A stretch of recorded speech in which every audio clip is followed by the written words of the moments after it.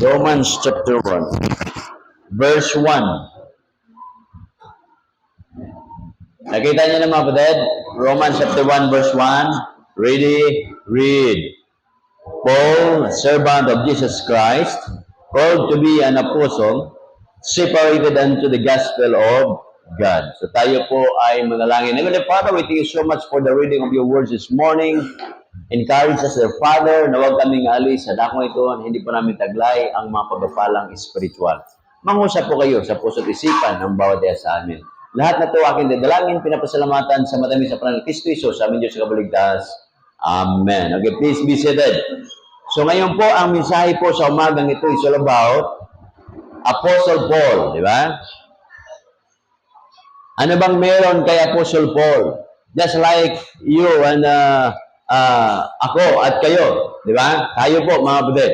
Dito po sa binasa po natin, nakalagay po dyan, Paul, as servant of Jesus Christ. So makita po natin dito, mga kapatid, na itong si Pablo, sinabi niya, servant of our Lord Jesus Christ. So pag kayo po tinanong ko sa umagang ito, kayo po ba ay naglilingkod sa Panginoon? Are you a servant of Jesus Christ? Okay? So yun po yan. Ngayon po kung alamin po natin, ano ba yung tinatawag na servant? Ano ba yung servant na yan?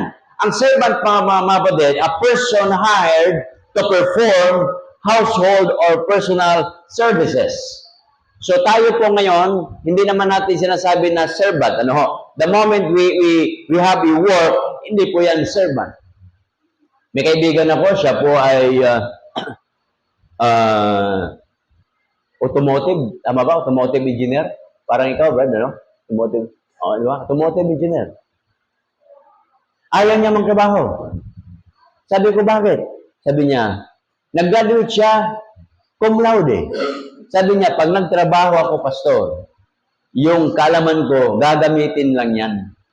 Isipin mo, sabi ko, bakit ka pa nag-aral at bakit ka pa nagpakadalubhasa na yung pala ay ayaw? Hindi to si Brother Ryan, kasi sabi niya, taga ano to ha? Taga Quezon Province ito. Matagal na to na kwento, ganinto ko lang. Ayaw niya. Sabi ko, meron kang dalawang anak, my goodness. Yung anak mong dalawa ay magkukuliyo na. Bakit ayaw mo? Ang ginagawa niya, painom-inom lang, di ba? Kwento-kwentuhan. Sabi ko, sayang yung edukasyon mo. Sabi niya, nagalit sa akin. Sabi sa akin, hindi po, Pastor. Kasi yung alam ko, gagamitin lang nila. Sabi ko, tama yan, yung alam mo, gagamitin nila dahil kumita sila, at kumita sila, bibigyan ka. Sabi niya, ayoko ng ganang prinsipyo. Eh di sabi ko, matalino ka naman, di magtayo ka ng sarili mong negosyo. Ang sabi niya, wala akong kapital kaya sabi ko nga, magtrabaho ka muna para ka magkakapital. Ang rason pa rin, hindi. Pag nagtrabaho ako, gagamitin yung alam ko. Mahirap kausap yung ganun. Sipin mo, ang hirap. May mga tao pala, ang hirap kausapin. Okay? Yun po yan. So itong si Pablo, mga kapatid, ito po ay servant ng ating Panginoon Jesucristo. A person who gave service or provide helpful services. Okay? To perform, another meaning nito, to perform a duty or furnish with something needed or desire. Ang Greek word po ng servant ay doulos. Ito po ay ginamit sa Bagong Tipan 119 times in the New Testament time.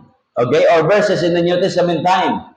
So, ang servant, mga kapatid, gagaya po ni Apostol Pablo, dati po, bago siya nakilala sa Panginoon, siya po ay servant. Anong klase servant yan? Siya po ay public servant.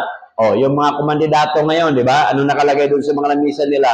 Public servant. Pag yan po ay mga kampanya, pag binoto nyo po ako po ay maglilingkod. Ganito, di ba? Paglilingkuran ko kayo, my goodness, nung manalo na, hindi mo na mahagilap. Sipin mo. Yung ibang, ganda pa ng pangalan Malapitan.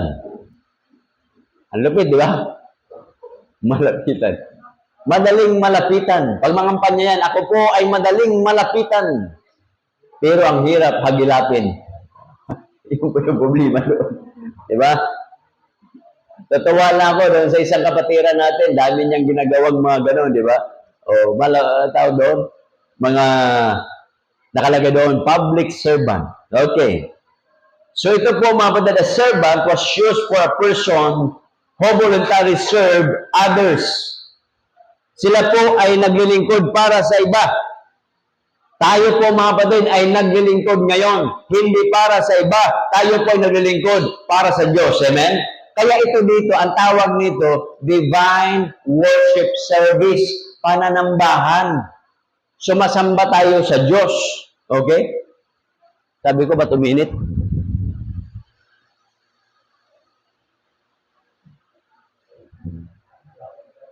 Ha? Yun. Sabi ko ba 2 minutes? Ha? Itong damit na to, binigay sa akin ng November, sinuot ko na. Baka sabihin ng nagbigay, basta binibigyan, hindi naman lang sinusuot. So, suotin mo para makita ng tao. So,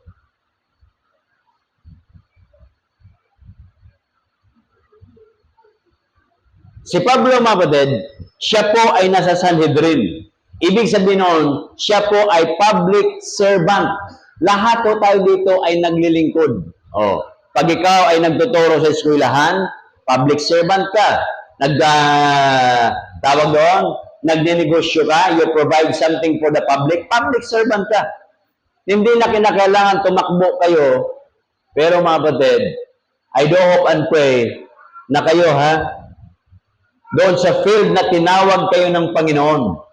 Field, kasi bawat sa atin dito ay tinawag po ng Panginoon. Itong si Pablo, tinawag po siya doon sa politics po, kaya membro siya ng Sanhedrin, at mataas po ang katungkulan niya doon. Ibig sabihin, he is working, he is serving, and yet, mali yung kanyang konsepto sa paglilingkod. Naglilingkod siya at akala niya yung kanyang pinaglilingkuran ay totoong Diyos. Kaya ang ginawa niya, mga kapatid, hinuhuli niya yung mga mananampalataya. Balikan natin yung Acts chapter 9. Magsimula tayo sa chapter 8. Ang sabi po dyan sa chapter 8, verse number 1, and Saul was consenting unto his death. Ibig sabihin nito, si Stephen po ay kinonsente ni Pablo. Ipinapatay niya. So nandun siya yung mga nahuhuling tao, pinatay po kagaya ni Stephen. And that time, there was a great persecution against the church which was at Jerusalem. Ibig sabihin nito, nangunguna si Pablo, taga-usig ng church sa Jerusalem. Tanong mga kapatid, kayo po ba'y nausig na? Kayo po ba ay pinipersecute? Kayo ba'y sinabihan na, huwag kang magsimba pag nagsimba ka? Oh. Ngayon, meron tayong persecution. Tingnan nyo Ang tawag niyan, may term ako dyan sinabi, yung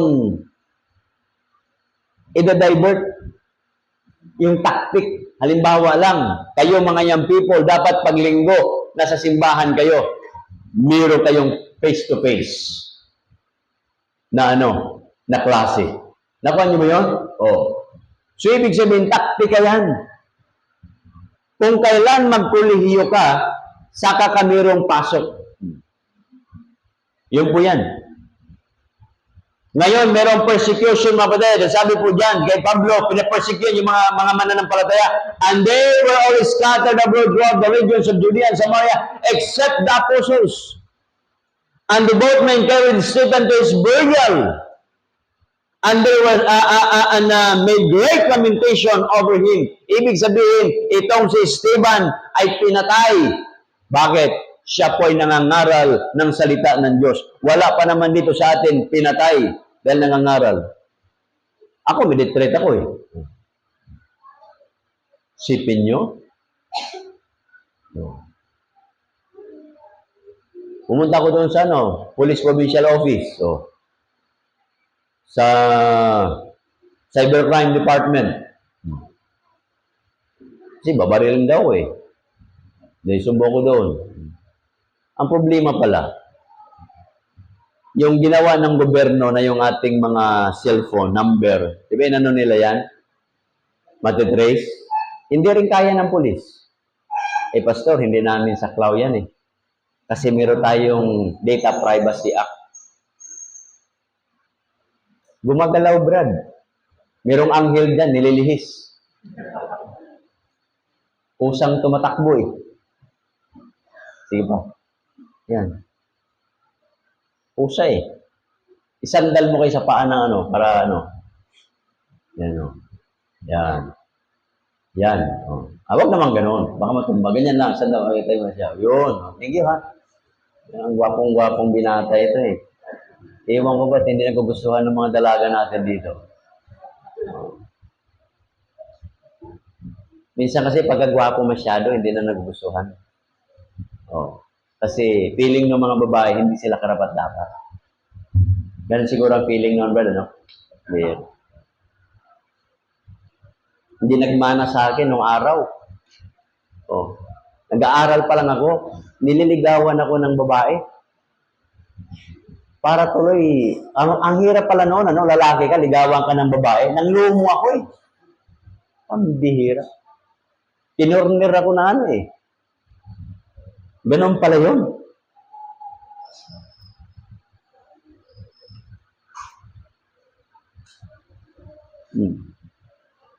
Pero sa South Korea, ang mga naliligaw doon, mga babae. Yan nyo ha, South Korea. Kaya pag hindi kayo marunong lumandigaw, mga lalaki, pumunta kayo ng South Korea.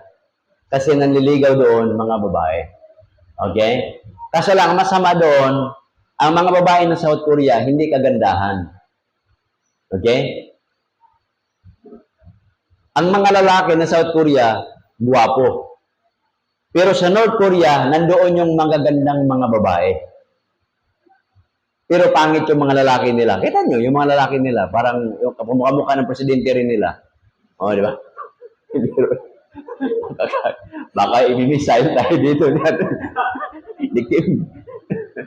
Okay. Baka marinig eh. Punta ano. So ito po mga kapatid. So before the conversion of Apostle Paul, his desire was to destroy the true believers. His desire was to kill the believers. His desire was to put in prison all the believers of our Lord Jesus Christ. Gusto niyang masira yan kasi akala niya naglilingkod siya sa totoong Diyos.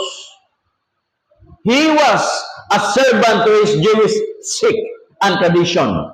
Yun po yung nakalagay sa chapter 9, verse number 2. Ano sabi ko yan sa chapter 9? Verse number 1 na lang. And Saul, yet breaking out, threatening, and slaughter against the disciples of the Lord. Isipin mo, merong mga death threat yung mga mananampalataya. Pag nagsimba ka, papatayin kita. Oh, parang ako lang. Isipin niyo, binasag yung salamin ng kotse ko. Hindi ko alam kung related doon. Isipin niyo yan. So may mga ganong kaso. Okay? Ako kasi sanay na ako sa death threat. Nasa Kasibulan pala ako eh. Tinix na ako, Pastor, papatayin kita. Tinix ba na ako ng alas 2 na madaling araw? Igising ako. Sineplayan ko. Magsuot ako ng damit ng puti. Doon ako sa labas. Magkikita tayo. Oh. Sabi mo, papatayin mo ako? Be a gentleman. Oh. Ang dadalhin ko lang, kutsilyo. So if you want to kill me and you are a gentleman, please bring a knife, not a gun. At doon tayo sa labas ng guardhouse. O kung bihira, no? Hihintayin kita doon na 1 oras. Lumipas yung 1 oras, wala. O tinix ko, duwag ka pala eh. Nandun ako naghintay eh. O. Binata pa ko noon, kaya malakas ang loob ko. Pero ngayon, ayoko na. Unang-una, hirap na ko huminga, di ba? Oh. Kagaya kagabi, pag-uwi ko ng bahay, dumating sa Adrian, sabi Mrs., luwas ka dad. Hindi na nga ako makahinga eh. Sabi ko, Joshua, hanapin mo bag ko. Yung aking pangganon. Oh. Oh, isipin mo yan. Hirap na nga ako eh. Makikipag-gano ka pa eh. Alam mo nang masakitin ka na. O hindi na. Alangan naman pag nagsuntukan kami ta. Kaya na. Maganda ka. Hindi naman ganon.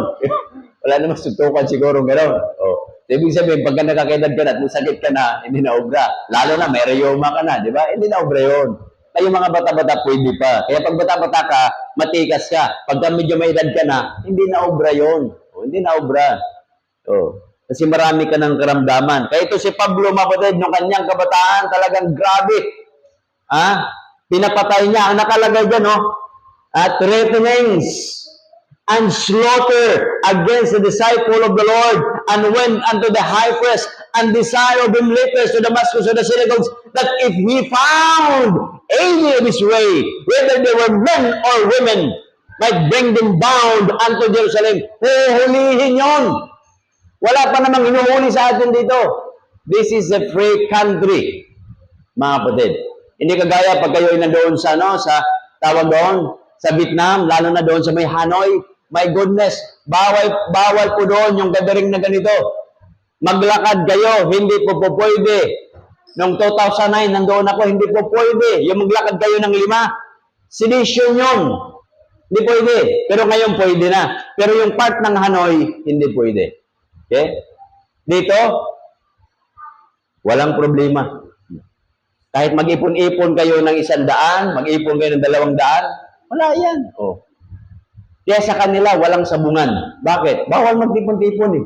Walang sabungan. Pilipinas, siguraduhin ko sa inyo, mas maraming audience ang sabungan kaysa rito. Kita mo yan? Sa kanila, walang sabungan. Bakit? Delikado ka. At saka pagka nagkadisgrasyahan doon, nagkasagian yun, kahit dugo-dugo, huwag mong pakialaman yan. Nasa palengke ako, bumili ako ng ng atis nila, di ba? Sarap ng atis. Bumili ako, maya-maya, may banggaan. Dugo. Ginawa ng mga tao doon. Binit-bit ka sa tabi. Sa tabi. Kasi pag dumating yung pulis, huhulihin kayong lahat. Dito sa atin, kaya traffic, maghintayan ng pulis. Sa kanila wala. Itabi nila kasi pag nahuli sila, lahat sila kulong. Sa Cambodia, iba naman. Pag may disgrasya, pinakailaman mo, naawa ka. Ikaw na naawa, ikaw yung magastos. Kasi ikaw lumapit eh. Gagastosan mo yan. Nakuha nyo? Tayo mga Pilipino pa naman, nawain. Ay, na-disgrasya. Uy, naku kuya, kumusta ka na? Ang ibig sabihin noon, gagastusan mo yan. Pambira. Nakita mo yung mga Pilipino, di ba? Pag naka-joyride doon sa Marilake, akala mo mga Superman. Ayun, patay. Wag. So ito po yan mga kapatid, before conversion of Apostle Paul. Pero nung siya po naglakbay na, verse number 3, and as he journeyed, he came near Damascus, and suddenly there shine round about him, and a light from heaven. Nandoon po ang Diyos, nagpakita na sa kanya. That was the time that our Lord Jesus Christ revealed Himself to him. Ibig sabihin yun yung panahon na kinakailangan ng maligtas itong si Apostle Paul. Kagaya po ng bawat sa atin, nung tayo po yung ng Bible study, naintindihan natin ang salita ng Diyos. That was the time na tayo po ay nakatanggap sa ating Panginoong Kristo. So ito po yan. And he fell from the earth and heard a voice saying, Saul, Saul, why persecutest thou me? And he said, Who art thou, Lord? And the Lord said, I am Jesus, whom thou persecutest. It is hard for thee to kick against the pricks. And he, trembling and astonished, said, Lord, what wilt thou have me to do? And the Lord said unto him, Arise and go into the city, and it shall be told to thee what must thou do. Yun po yan, mga kapatid, di ba? Yun. Anong pwede mong gawin? Nasulwiningan siya. Tumanggap siya sa Panginoon. Mula noon, yung desire niya na hulihin yung mga mananampalataya, ipapakulong yung mananampalataya, at ipapatay yung mananampalataya. Nung siya po'y naligtas, nagbago po yan. Ang gusto niya ngayon, yung mga tao ay maligtas. The same with us. Noon, wala tayong pakialam. Wala tayong pakialam, mapunta ka sa langit. Wala kang pakialam, mapunta sa impyerno. Wala kang pakialam, magsimba ka o hindi. Wala kang pakialam lahat. Wala kang pakialam about godly songs. Wala kang pakialam kung sino pwedeng ligawan mo, mga young people. Tandaan nyo, sa church, yung pag-aaral noong 1900s, bawat isa One out of 100 ang divorce rate. Pero pagdating ng 1960s, nasa 30% na. Alam nyo ba, noong 1990s, 1:1. 50% meron ng sa Amerika. Sa Pilipinas, wala tayong divorce. Pero ang daming hiwalay. Alam nyo kung yung divorce at saka yung annulment, mas pabor pa ko doon sa annulment. Bakit? Maganda yan eh. As in zero. Ida-deklarar ka na binata ka at dalaga ito na walang nangyayari. Ang ganda ng batas ng Pilipinas. Ang problema, sabihin ng mga Pilipino, ang mahal naman kasi. May tinulungan ako, pumunta kami sa abogado. Sabi ko, ito kasi gusto nito ng annulment kasi wala naman divorce. Hindi na talaga sila makapagsundo. Ano sabi ng lawyer? Maghanda ka lang, pare, ng 350,000. Clear ka na. Sabi ko, saan nyo ba ginagamit yung 350,000? Sabi niya, 50,000 akin. 50,000 sa papuntang munisipyo. 50,000 sa provincial. 50,000 sa regional. 50,000 sa Supreme Court. Ganun pala yun. Buburahin yung sipin mo, buburahin lang. Wala kang record na kinasal ka. Ayos, ano? Sabi ko, dapat mura na ngayon yan. Bakit? I-delete na lang eh. Di ba? Pipindutin na lang sa computer, di ba? O hindi mo na kailangan yan. Pagka hindi na kailangan, delete na lang kako. Bayaran mo na lang technician ng 10 piso. Kung mangyari yan, ang dami siguro ang annulment sa Pilipinas. O, di ba? Kaya maganda na rin yung mahal para hindi. So ito ngayon mga kapatid, so Paul, nakalagay dyan, di ba? Paul, the servant of our Lord Jesus Christ. So ngayon na siya po ay lingkod na ng Diyos, siya po ay naligtas na. Ito na po yung nangyari sa kanya mga kapatid. Verse number, tingnan natin. Verse number 17, chapter 9, verse number 17. And Ananias went his way and entered into the house, put on his hand unto him, said, Brother Paul, Brother Saul, the Lord, even Jesus, that appeared unto them the way as thou camest, hath sent me. So sinaluwiningan ito ni Ananias at tumanggap ito si Pablo. At ito po nangyari sa verse number 18. And immediately there fell upon his eyes as it had been scales, and he received sight forthwith, arose, and was baptized. And he received meat, he was strengthened, then saw certain days with the disciples at the Damascus, and escaped way. Sipin mo yan. Nung siya po'y nabautismuhan, nangaral na ng salita ng Diyos. Kaya mga brother, bawat pa isa pala sa atin dito, pagkatapos na tayo tumanggap sa Panginoon, pagkatapos na tayo mabautismuhan, mangaral na tayo ng salita ng Diyos. Huwag kayong matakot mangaral ng salita ng Diyos. Kasi habang may pagkakataon, baka sabihin nyo, Paso, matagal pa yan. Yung pagdating ng Panginoon, matagal pa yan. Ang mundo, mga kapatid, 6 years lang ito. 6,000 years. 6,000. Tama? 6,000. Ibig sabihin nito, mali yung sinabi ng science na tinuturo ng mga teacher. Millions and billions of years. Grabe, ano? Pag gano'n na pang-usapan, hindi nila mamimissure yun. Hindi alam. Kasi hindi nagbasa ng Biblia. Nakuha nyo? God is a God of beginning. Genesis pa lang, in the beginning. May simula eh. So saan ka mag-measure? Doon sa Big Bang, pumutok sa langit. Wow! May bumaba. Doon sa lupa. Tumama sa tubig, nagiging kiti-kiti. Nung kiti-kiti na, lumaki, naging tadpole. Nung tadpole na, naging palaka. Pumunta sa lupa, nagiging siya, bayawak. Bayawak, umakyat doon sa tawag doon, bayawak, lumaki, naging buaya. Umakyat sa puno, nagiging onggoy. Pambira, pagbaba, tao na. Ano yun?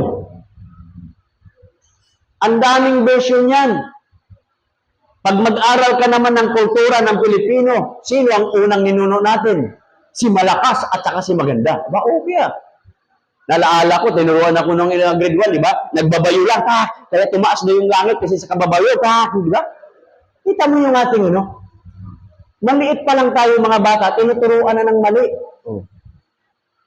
Lalo na yung ano ba yun? Yung tinuturo na John and the Beanstalk. Tama, di ba? John and the Beanstalk. Tinuturuan yung bata paano magnakaw. Oh, magnakaw. Hindi lang magnakaw. Tinuturuan pa paano patayin yung nakatira na kapre, di ba? Murder yun. Sipin nyo. Kaya sabi ko, mas maigi na lang siguro, turuan yung bata ng London Bridge. Falling down. Kaso nga lang, bakit na nag-fall down yun?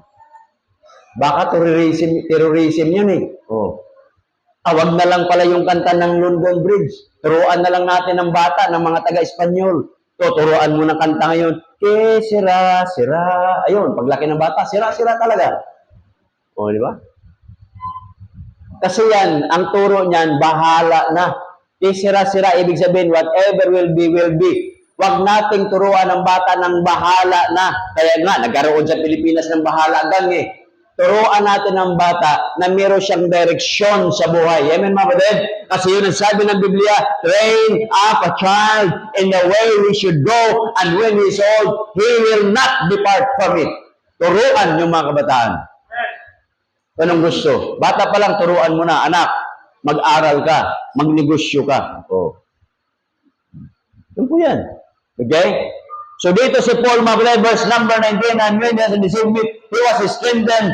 Then Paul saw certain days with the disciples at Damascus, and he straightway preached Christ in the synagogue that he is the Son of God. But all that heard him were amazed. Nagtataka yung mga nakakinig sa kanya. Di ba ito yung mamatay tao? Di ba ito yung opisyal ng gobyerno na mamatay tao yan? Hinuhuli yung mga tao.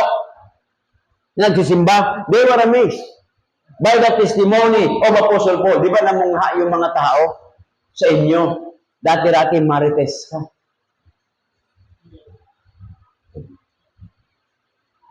Dati-dati chismusa ka.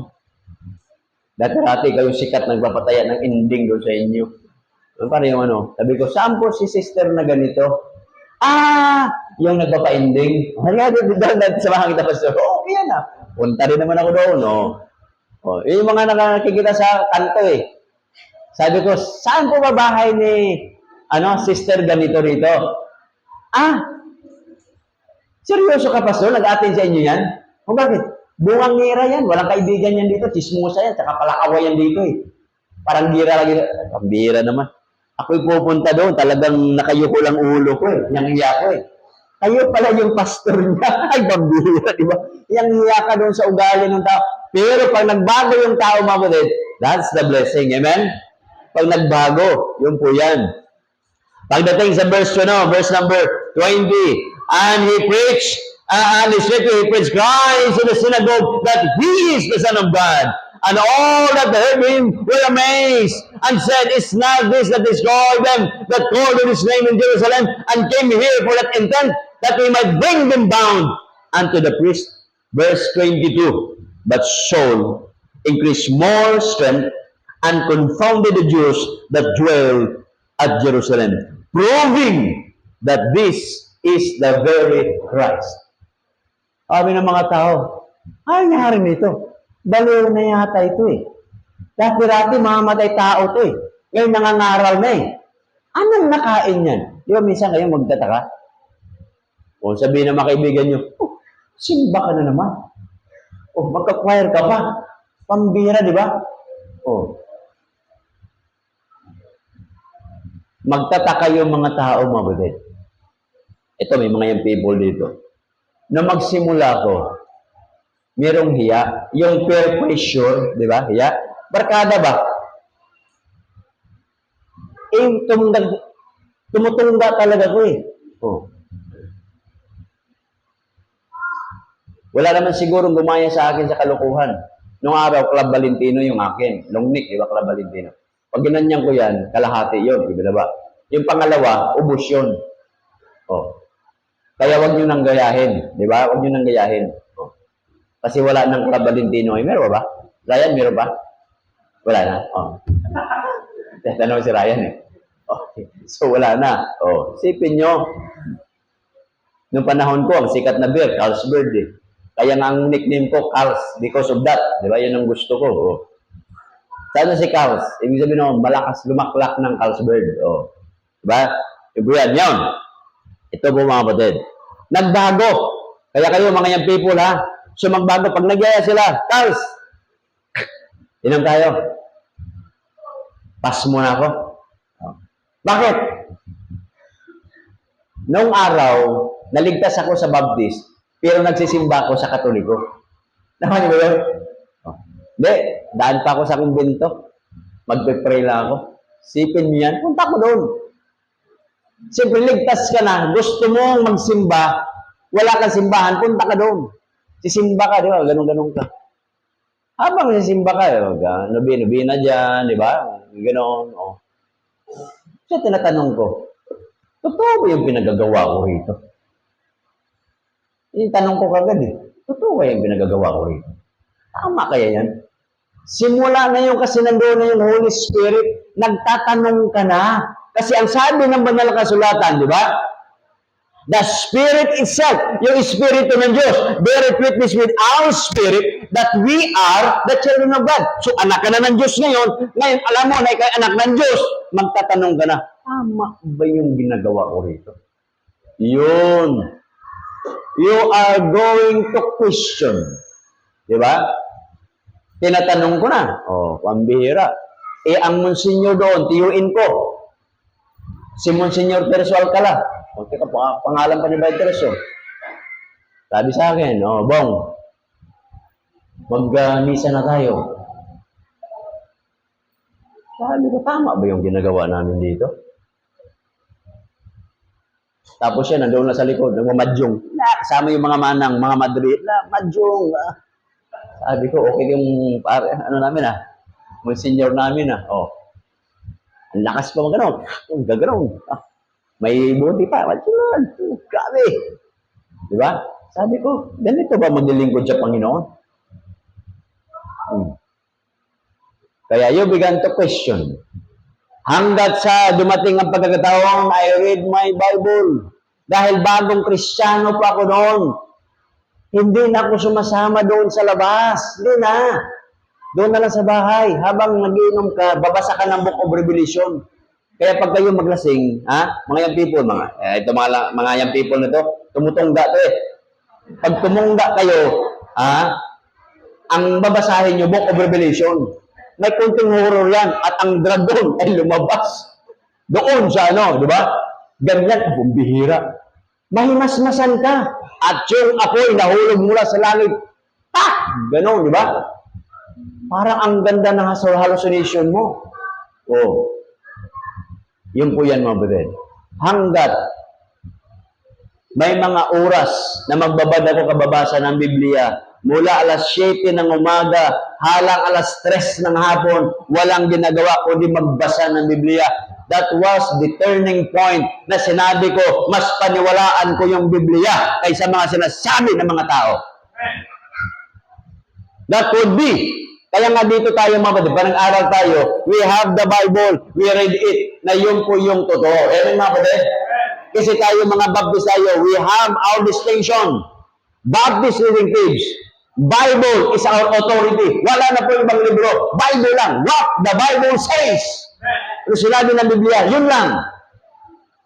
Wala na sinasabi na, sabi ng ganito, sabi ng ganito, sabi ng ganyan. Walang ganyan. Sabi ng Biblia. Yun lang. Ano sinabi? Yun. Wala na halo-halo. Ito si Pablo.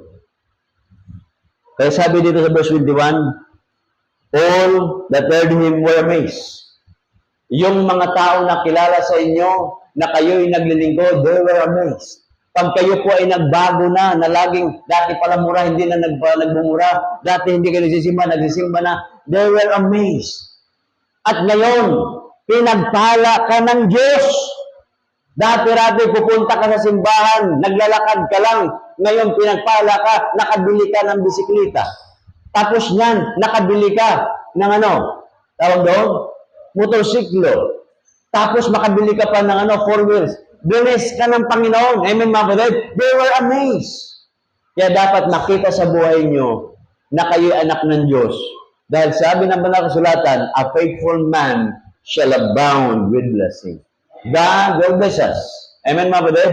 Kaya dapat ikaw, kung nag-aaral ka, you are blessed inside your classroom. Kilala ka dapat doon na yan, ikaw hindi ka nagmumura. Ikaw ay may kinikilalang Diyos doon sa classroom mo. O ikaw na sa trabaho mo, dapat makilala na ikaw ay kaiba. Oh, di ba? Yung po yung distinction, kaiba mo. Ano sabi dyan? Verse number 23. And after many days were fulfilled, the Diyos took counsel to kill him. Nagagalit na yung mga Hudiyo. Bakit ito humiwalay na sa ating relihiyon? Bakit ito ay nawala na? Pinapatay na siya ngayon.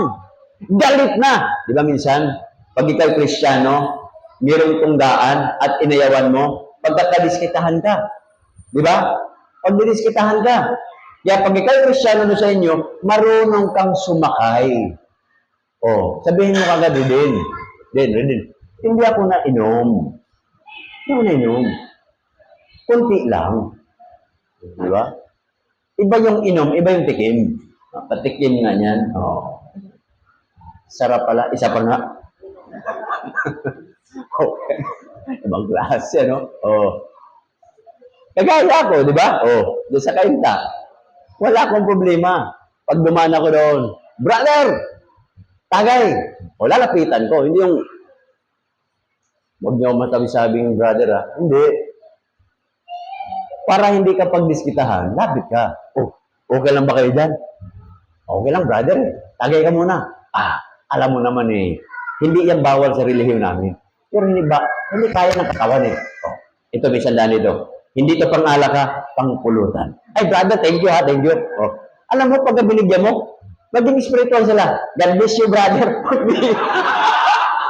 Walang siya. Naging spiritual yung mga nag-iigan. Oh.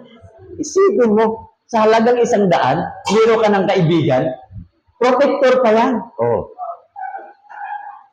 Nabigyan ko lang. Tapos nakaparada ako doon. Lapit ka agad. Brother, huwag kang mag-alala ha. Yung sasakyan mo, walang gagalaw dyan. Ako magbaalaga. Isipin mo, sa halagang 100, meron ka ng may kaibigan ka na, may taga-protekta pa ng sakyan mo. Oh, bihira. Ayos siya na. Marunong tayong tawag doon, makihalubilo. Oh. Huwag mo sabihin, ito, pangbili mo ng alak mo, may sekreto dyan. Oh, pampulutan to ha, pagkain yan ha. Pulutan, Bahala na kayo sa alak nyo. Kaya pulutan lang ito. Brother, thank you. Sipin mo yan, nakipagkaibigan ka doon sa kanila. Yung nasabi ng Biblia be ye wise as a serpent and harmless as dove. Kung maging wise tayo, hindi pwede sa amin yan. Hindi pwede yan. May kaaway ka. May kamag-anak ka. Magbinyag. Punta ka doon, kasal. Hindi mo puntahan mo. Kagaya ko, may patay. Nandoon, sa loob mismo. Anong sabi? Nasa tikling. Patay Nandoon yung pare, nandoon yung mga manang. Punta ko doon. Ay, ako po si Pastor Bong. Pastor po ako ng Baptist. Ano sabi ng mga manang? Aba, tinatarayan ako. Lapitan ko yung pare. Ay, hindi ko lang pwedeng tawagin father. Reverend, kayo pala ang dito. Reverend kayo pa. Alam mo lang tawagin yung father, hindi ko lang father yun Reverend. Di ba? Kumusta po kayo? Kayo pala dito ang naka-in-charge. Tawag niya sa akin, opo, pastor. Di ba? Reverend tawag ko, opo, pastor. Pastor niya ako. Di ba? Tawag niyo? Kasi pag tinawag niya akong pastor, tapos tawagin ko siyang father, father siya ng pastor. Di ba? Tinawag ng pastor, kaya, Reverend, yun, ganun yan. Alam mo, pinipintuhan ko siya. Pintuhan. Sabi ko, dati akong mungha. Sabi ko, dati akong mungha. Bago ako nagiging pastor, naging mungha ko. Order of St. Benedict ako. Benedictine monks ako. Anong sabi niya? Benedictine monks siya. Sabi niya, galing ang order ko. Pwede bang ikaw muna magmisa? Maghumili? Pambihira. Ako naghumili, pambihira. Humili, tawag na lang service. Sipin mo, Anong gagawin ko? Magaganyan ako? Hindi. Mga kapatid, tayo po'y magsitayo. O, ganon yun. Kasi iba yung audience mo. Nakuha niyo, kapatid? Magsitayo po tayo bilang paggalang po ng salita ng Diyos. So, ganun po yan, oh. Ayon po sa pabasa po natin, nasulat po ni Apostol Juan, dito po sa Kapitulo 3, talatang 16, ganito po ang sinasabi. Marunong kang makibagay. Hindi mo teritoryo yan. Nakuha niyo ba, mga kapatid? Ganun po yan, para wala kang kaaway. Alam niyo, nung matapos ako nagsermon, lapit yung mga manang. Pastor, salamat ha. Maliwanag yung kaligtasan. O, kita mo yan?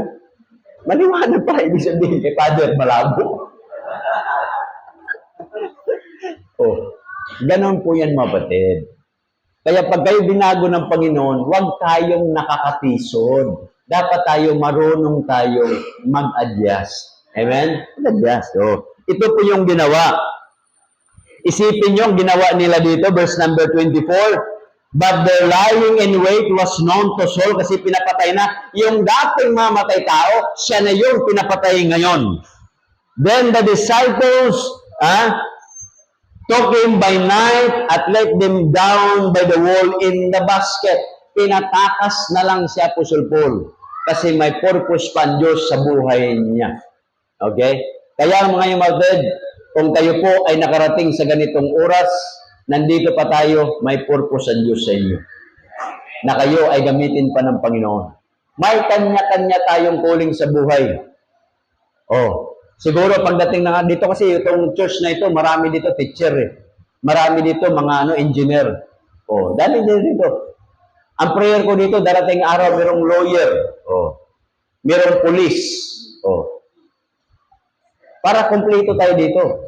Diba? May police, may lawyer, may pa? May doktor.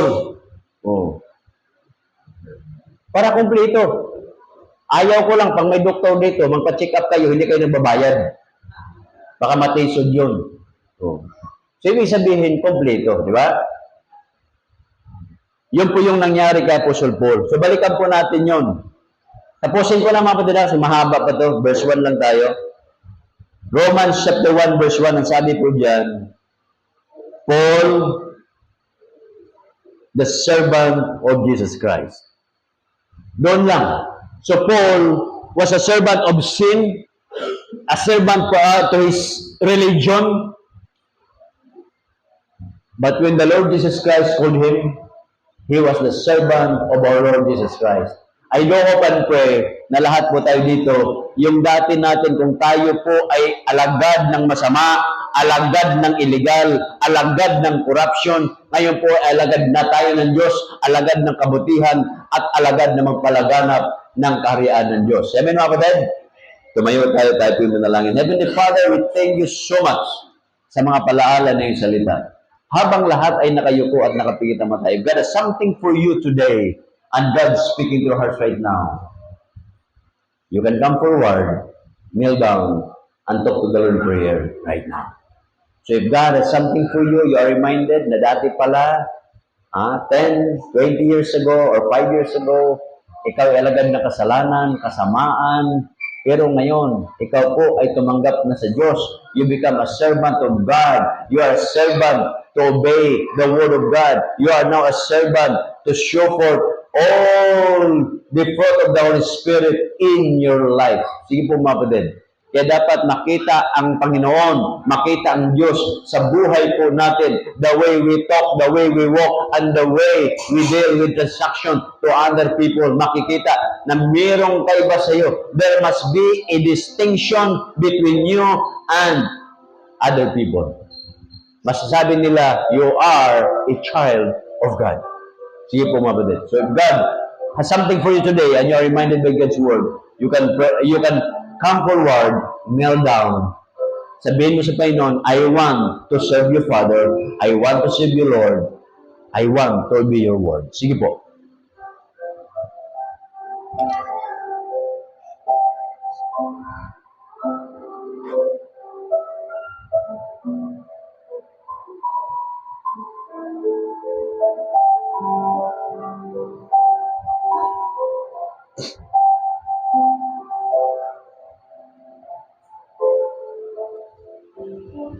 Thank you, Father, for reminding us as we part ways. I pray, dear Father, na kayo papatuloy na kumilos sa puso at isipan ng bawat isa sa amin. Mga padala po namin, lagi nang babaingatan niyo po sila, walang buhay, bigyan ng hanap buhay. May mga negosyo, bless them po, Father, sa kanila pong business, yung mga nagsipagtrabaho, bless them in their workplace. At hari nawa, makita niyo po ang bawat isa sa amin na tapat, patuloy na naglilingkod sa inyo hanggang si kalawang pagbabalik. Lahat na to aking dadalangin, pinapasalamatan sa marami sa plano ni Kristo Jesus, sa amin yung sa kabaligtas. Amen. God bless us all. Tayo po ay tumayo